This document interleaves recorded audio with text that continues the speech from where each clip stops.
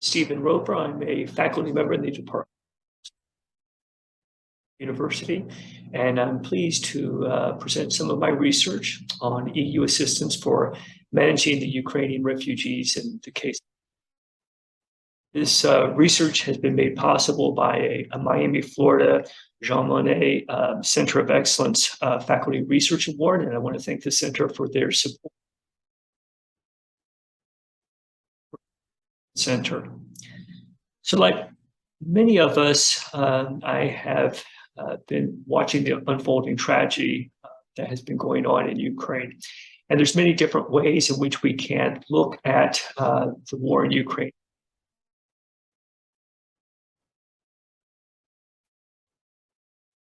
Comparative politics, EU politics, and the like. And this research really kind of takes a broad perspective of looking at the Ukrainian war, refugee crisis that has been occurring by focusing on some of these international themes, as well as some of these themes that relate to intergovernmental organizations, such as, of course, the European Union, but also assistance by the UNHCR or the IOM.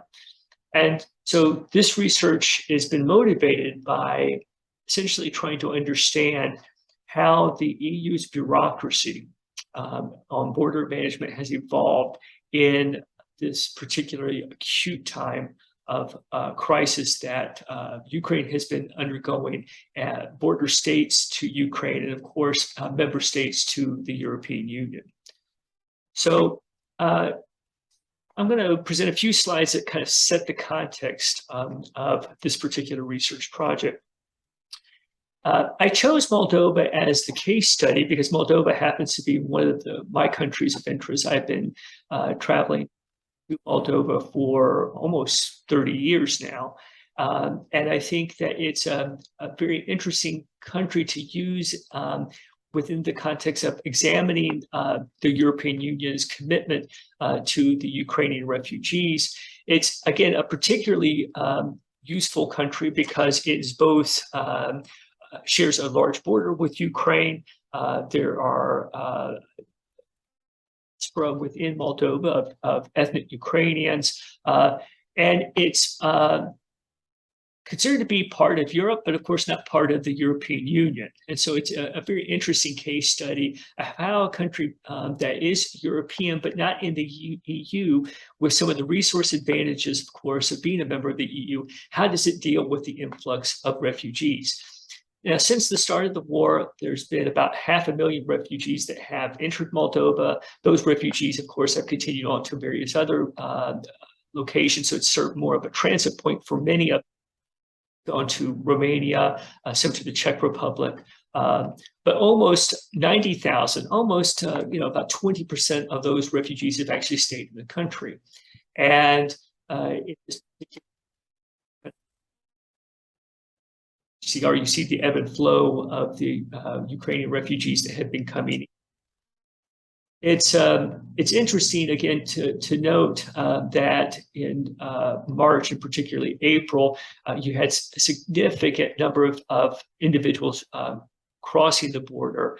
And so both Moldovan authorities, EU agencies had a quick learning curve on how to deal with this massive influx of individuals coming in, how to establish proper protocols for allowing people to come into the country who oftentimes had no paperwork because they were fleeing a conflict zone, and how to ensure that those individuals who were most needy were being taken care of in either Moldova or Moldova as a transit country to other locales. The situation in Moldova is extremely complicated because much of Moldova's border with Ukraine is bordering the Bricko region known as Transnistria. In 1992, there was a civil war in Moldova in which this area that you see here, that's known as Transnistria, essentially declared its independence from Moldova. And since 1992 has really functioned as essentially a de facto state. It has its own government offices. It has its own postal system, its own money. There's no question that it exists with support and political support of Russia, but it is making the situation more difficult because obviously you're looking at much of the border with Ukraine, and indeed some of the border checkpoints being contained within this breakaway region. In this presentation, I'm going to be focusing on the refugees that have been processed through Moldova proper, and talking about the EU agencies that have been engaged in that effort. But it is also important to note that within Transnistria, there are estimates that at least 10 to 15,000 Ukrainians have entered into Transnistria and actually have settled there. Again, these are individuals who are not under the auspices of Moldovan authorities. They're not under the auspices of the EU agencies as well. So that's a whole separate issue that ultimately both Moldova, the EU, and Transnistrian authorities will have to examine as they look to resolution of both the conflict, the greater conflict in Ukraine, but more importantly, what happens with these refugees. Complicating, of course, this entire situation is that in July of 2022, Transnistrian authorities declared that they wanted to formally join with Russia. And this is not the first time that Transnistrian authorities have announced this. When Russia invaded Crimea, Transnistria also at that time declared its interest in joining with Russia. But this makes the situation for border management, for processing refugees, a much more difficult process than it is for other countries. And here you have a depiction of the different border crossings in the country. And if we look at this border crossing right here, this border crossing is approximately located right here. It is, up until recently, was the primary border crossing for Ukrainians coming into Transnistria, coming into Moldova. Since 2018, with the intention of relocating border management outside of Transnistrian authorities, the major point of entry now for Ukrainians, although many still are coming in through Transnistria, is these border crossings in the south, and I'll talk a little bit more about that in the presentation. So the EU border agencies working in Moldova have been there for almost 20 years, and these EU border agencies have been tasked with primarily processing of individuals coming through, particularly through Transnistria. And in 2005, the European Union Border Assistance Mission to Moldova was created. And then later, an assistance mission to Ukraine was also created. The advisory mission for civil security reform in Ukraine. They worked kind of in tandem with law enforcement agencies, rule of law institutions, other customs and border police. So you had this large kind of patchwork of two EU institutions. One was based in Kiev, one was based in Chisinau, working with Moldovan authorities to provide kind of technical support and assistance as the border was considered to be porous, particularly because of the problems occurring with the lack of rule of law and the lack of ability to perform basic customs and border management in Transnistria. On top of that, just a few months ago, Moldova and the EU signed another law that allowed the European Border and Coast Guard Agency, Frontex, to send officers to Moldova to also provide border assistance. So there's no lack of EU institutions that have been providing technical support and other necessary coordinating support to border management in Moldova historically. But right now, there's 3 different EU agencies that are currently working. And of course, Frontex was authorized to begin work in Moldova in March as the situation and the refugee crisis was ongoing in the country, to provide, again, another layer of support and another means for establishing coordination among all these various EU entities. So this kind of research project examined whether or not the developing EU border infrastructure in Moldova, in which you have oftentimes overlapping jurisdictions, operational issues that occur, integration challenges that occur, because you have really 3 separate bureaucracies, albeit they're all EU agencies. But they have their own protocols, their own kind of operational programs in place. How does the EU coordinate its own agencies when you have these kind of overlapping needs and overlapping jurisdictions? And this is, I think, an issue that can be looked at in many different aspects of the EU, as EU institutions have grown exponentially, as the mandates and needs of the EU have grown exponentially, and as the membership of the European Union has grown as well. So I think looking at the bureaucracy of the EU, in this case, looking at it from a kind of a human rights perspective, but looking at the bureaucracy of the EU and the challenge for the EU in creating a bureaucratic apparatus that can speak to other parts of the bureaucracy is something that is, I think, we would see it in whether it's on monetary relations, types of ways in which the EU operates in different countries. And I think why this is an important issue, particularly in the case of the border management issues and refugee processing, is because really over the last decade or so, there's been a great deal of criticism concerning the way that the EU and Frontex particularly have implemented EU-wide policies, how member states have dealt with refugee crises, and particularly EU member states such as Greece and Italy, and the concerns over the human rights issues and non-refoulement, and this is not sending people back into a conflict zone, create, I think, an impetus within the EU for what was called the New Pact on Migration and Asylum, which was passed by the EU in 2020 as an attempt to deal with, I think, several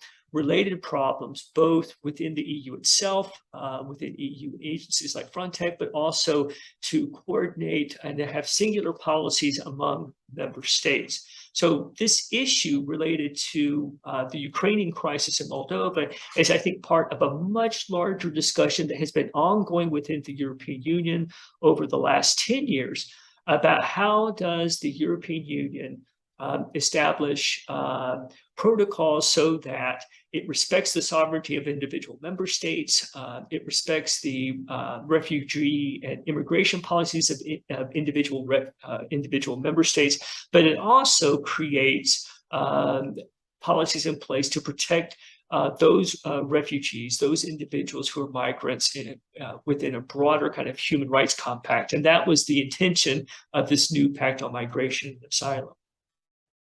So this research uses as a kind of a starting point to understand these kind of bureaucracies and these kind of overlapping jurisdictional issues that can arise with multiple bureaucracies.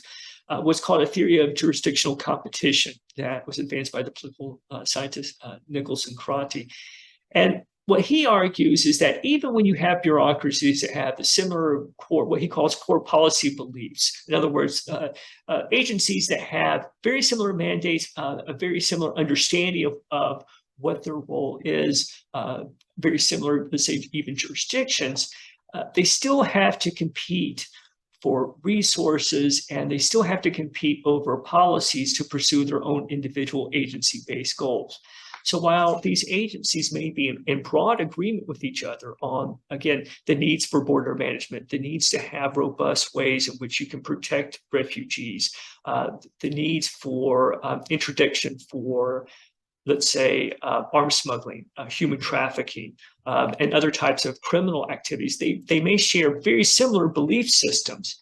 But ultimately, as bureaucracies, they have to compete with each other for resources from the Commission, from the Parliament, and therefore they can come into conflict with each other, not so much over the specific policies, but over, again, this distribution of resources.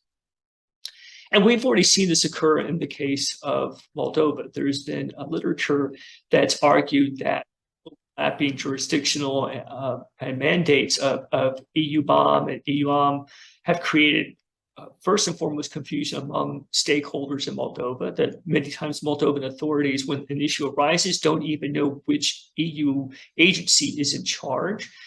They don't know and understand the differentiation between organizations. They don't understand how coordination efforts have occurred at within the EU, both in country and at ministerial level as well.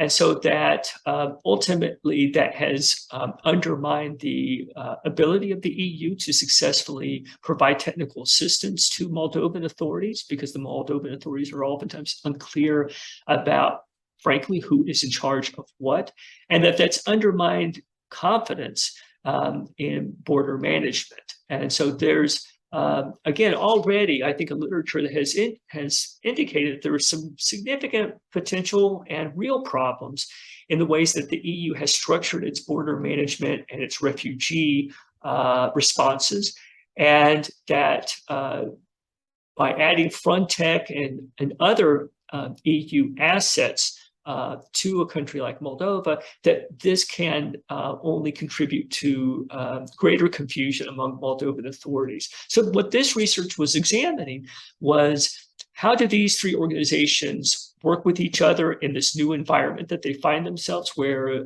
the mandate is the same, but the crisis has exacerbated the need, and whether or not they have developed either complementary or competitive policies with each other.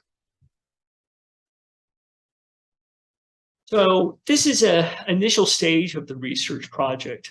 This initial stage, I used various source material from EU institutions, UNHCR, IOM, the government of Moldova, various data that have already been collected to examine the structure and kind of organizational challenges that Ukrainian refugee and border management has presented to these EU agencies on the front line.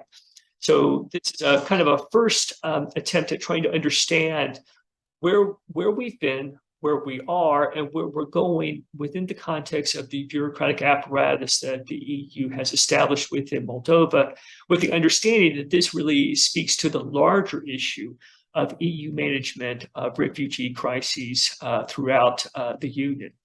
In the future, I plan to supplement this work with interviews with stakeholders. I hope to be in Chisinau and to be able to have discussions with both Moldovan authorities and with the EU agencies as well, to talk about their efforts at coordination and how do they overcome some of these jurisdictional problems that have plagued the organizations in the past. What is how the refugee management and border management issues have agencies to really seriously define and increase cooperation and coordination with each other. And I think it's one of the really interesting phenomena that we as political scientists and generally as social scientists who are interested in the European Union will be examining over the next decade and even much longer, is the impact of the Ukrainian war on the European Union as an organization. We've seen pronouncements coming out of Brussels at a pace that we never would have anticipated before. We've seen coordination on issues, for instance, on energy issues that we would have never anticipated before. So just as we've seen several member states, most notably Germany, take positions that would have been unimaginable before 2022, we've also seen a steep learning curve, but also we've seen a massive change in the way the EU's had to operate as it's in this continual crisis mode. And so I think that this research speaks to this kind of greater effort that the EU has had to engage in taking issues that it has had long-term interests in, but having to significantly retool as the crisis has continued and developed. And so what has been, I think, very fascinating in the context of Moldova is that the initial EU response to border management issues in Moldova, as in many of other states, in many member states, was the refugee crisis that was ongoing. As we know, countries such as Poland, the Czech Republic, Hungary, there's been a huge influx of refugees within these countries. And indeed, Moldova per capita has one of the highest settlements of Ukrainian refugees within all of Europe. But again, we've seen Poland take in well over 1 million refugees. The Czech Republic actually has taken in probably the largest percentage based upon GDP of Ukrainian refugees. So I think the immediate border management issue for the European Union initially was processing refugees and creating means by which you could set up places to live so that those individuals who wanted to remain in that particular country could transition and have educational facilities, have cash payments which have been made to them, and some cases even have language instruction to set up some form of temporary housing for these refugees as they have been using various EU member states or countries such as Moldova as a terminus point.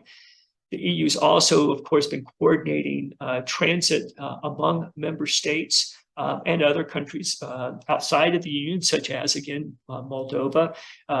So that was, I think, the initial crisis, the initial need that the EU identified was to deal with the significant refugee problem and the significant humanitarian problem that the EU member states, countries such as Moldova, and of course the Ukrainians themselves were facing.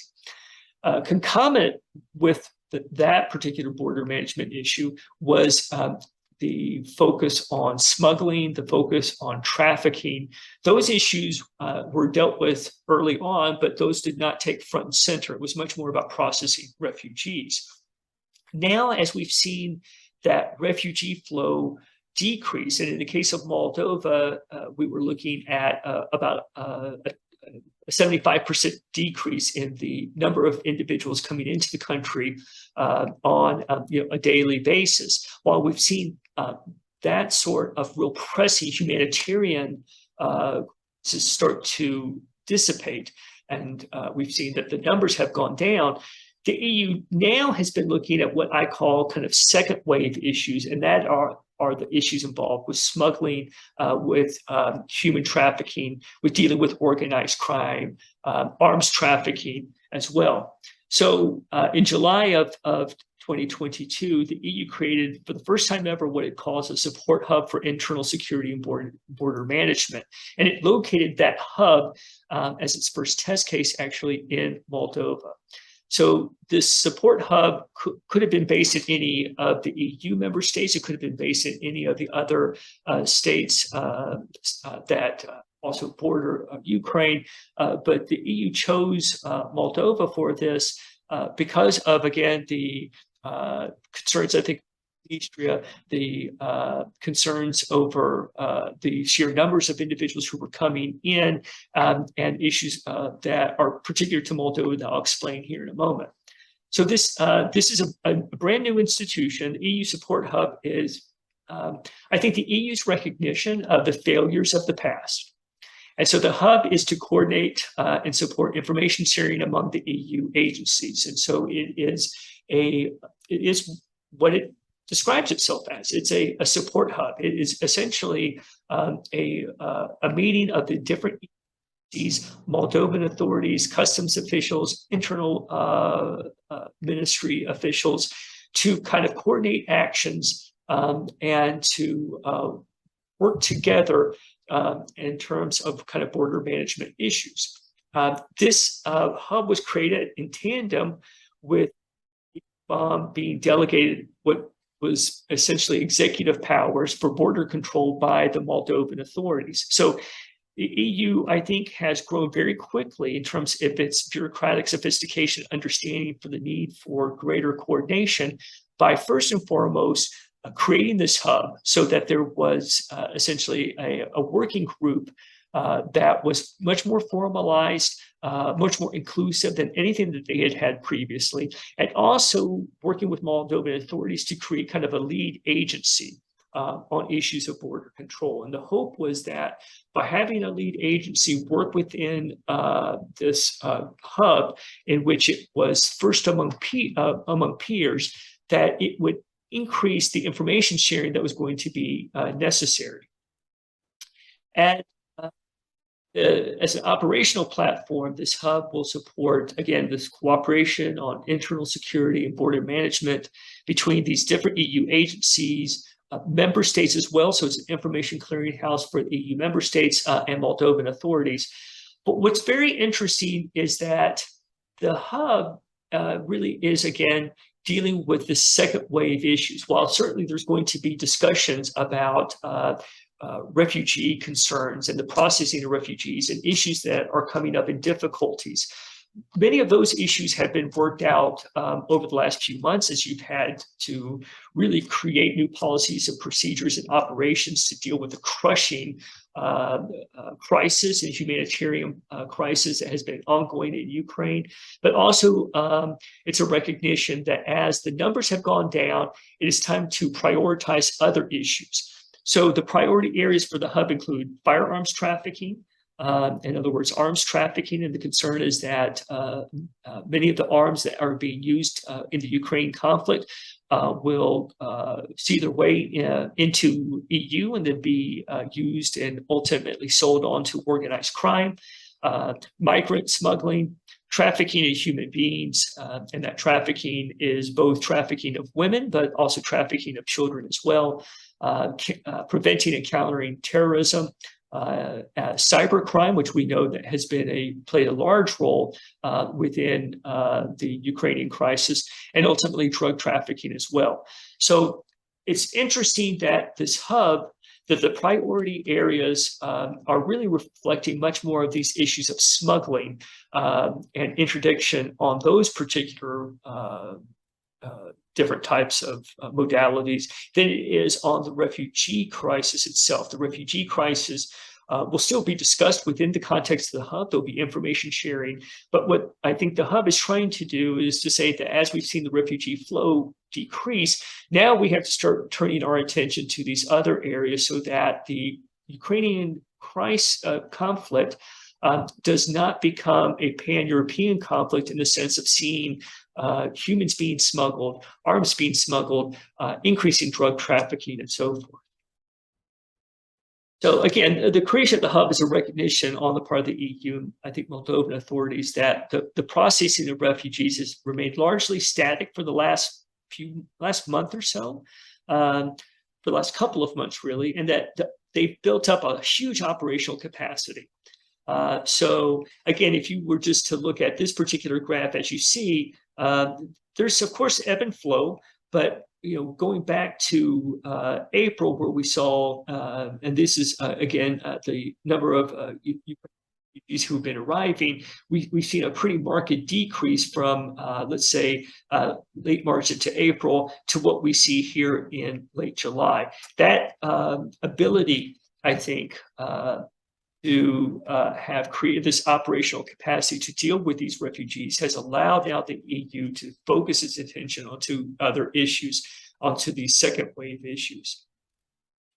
And these issues, and I think, again, this probably played into the thinking of the European Union, why Moldova was provided as kind of the test ground for this hub, is because, for instance, issues on human trafficking in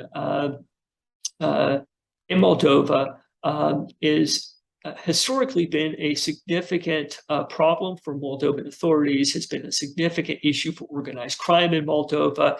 And the hub really is, I think, a recognition that as Moldova as a country is wrestling with this particular issue, that the hub can provide even greater ability to what has always been essentially both of course, a domestic issue, but an internationalized issue as well. Moldova currently is classified by the U.S. government as a Tier 2. If you were to look at the Trafficking of Persons report from July of 2022, and Tier 2 countries are countries that don't fully meet the minimum standards for eliminating trafficking.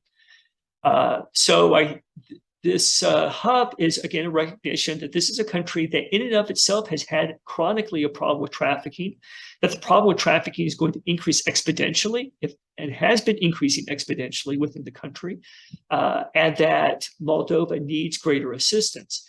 And again, if you look at the profile of the individuals who are refugees during the Ukrainian war, in the case of Moldova, 65% of those individuals crossing the border are women. 50% are children. So the concern is not just the trafficking for sex trafficking, but it's also, again, the buying and selling of children, either, again, for purpose of sexual exploitation, but for other means as well. So this, I think, because the profile of the refugees, it makes, again, trafficking an acute problem for Moldovan authorities. And it's, again, a problem that Moldova has struggled with historically. So the hub really is a recognition that the EU needs to increase not only coordination amongst its agencies and fine-tune its policies interagency, but also, if it's going to be dealing with these substantial priority areas, Moldova is the perfect case country to do so. I think what this research has shown, and again, it's been an evolving research that has only been undergone the last few months as we've had this Ukrainian crisis, is that the curve that the EU has experienced on issues of refugee and migration policy for, again, the last 10 years. And the 2020 Pact was a recognition of the EU that had to implement both within Frontex and within member states new and enhanced policies to deal with the human rights issues for refugees. But just as the war in Ukraine, I think, has refocused the EU in many different policy areas, it does seem that the EU is taking much more proactive steps than we have seen in the past, specifically not only to assist refugees in the case of Moldova, but to understand and to deal with these second wave problems as the conflict goes and extends out from Ukraine into places like Moldova and into the broader EU as well. So the Ukrainian crisis has really served, once again, to underscore that the EU as an institution has grown and in a very crisis situation has implemented policies with a speed that we've not seen before, and understands the need for greater coordination. Over the next, this is a snapshot of where we're at right now. The hub is only had one meeting as I have this presentation in August of 2022. It'll be very interesting to take a look over the next year, 2 years, 5 years down the road to see how successful these policies have been. But it is, I think, a testament to the EU that organizations like the hub have been created, that they have been working with local authorities to create lead institutions, and that ultimately the EU has understood that it needs to create in space where there's greater ability for cooperation, not just competition among different EU agencies. Thank you very much. It's been my pleasure to be with you today. And again, I want to thank the center for all their support.